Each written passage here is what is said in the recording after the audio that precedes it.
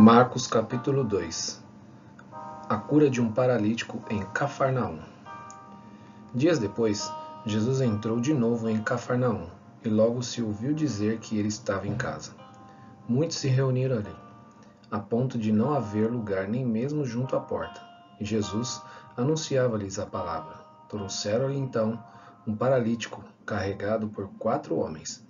E não podendo aproximar-se de Jesus, por causa da multidão, removeram o telhado no ponto correspondente ao lugar onde Jesus se encontrava, e pela abertura desceram o leito em que o paralítico estava deitado. Vendo-lhes a fé, Jesus disse ao paralítico: Filho, os seus pecados estão perdoados. Alguns escribas estavam sentados ali e pensavam em seu coração: como ele se atreve a falar assim? Isto é blasfêmia. Quem pode perdoar pecados a não ser um, que é Deus? E Jesus, percebendo imediatamente em seu espírito que eles assim pensavam, disse-lhes: Por que vocês estão pensando essas coisas em seu coração? O que é mais fácil, dizer ao paralítico: os seus pecados estão perdoados? Ou dizer: levante-se, tome o seu leite e ande?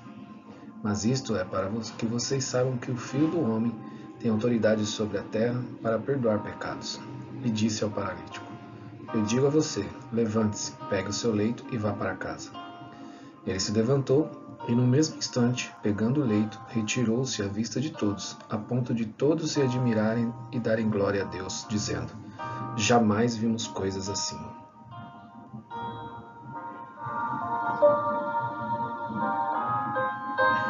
O chamado de Levi.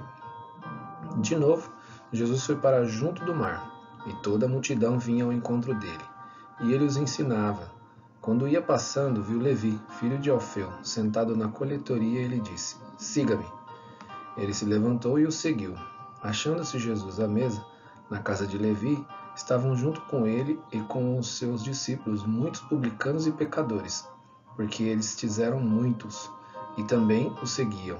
Os escribas dos fariseus, vendo Jesus comer em companhia de pecadores e publicanos, perguntavam aos discípulos dele: Por que ele come e bebe com os publicanos e pecadores?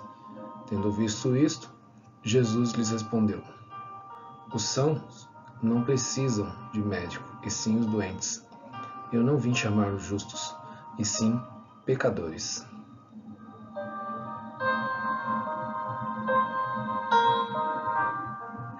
A questão do jejum. Ora, os discípulos de João e os fariseus estavam jejuando. Algumas pessoas foram perguntar a Jesus: Por que os discípulos de João e os discípulos dos fariseus jejuam, mas os seus discípulos não jejuam? Jesus respondeu: Como podem os convidados para o casamento jejuar enquanto o noivo está com eles? Durante o tempo em que o noivo estiver presente, não podem jejuar.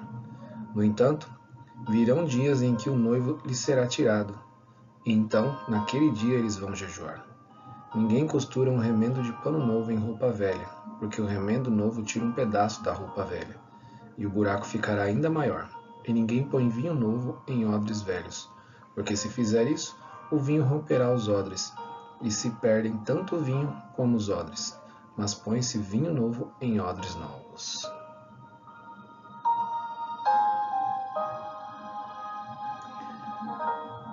Jesus é o Senhor do sábado.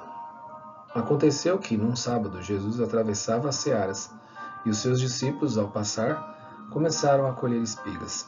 Então os fariseus disseram a Jesus: Olhe, por que eles estão fazendo o que não é lícito aos sábados?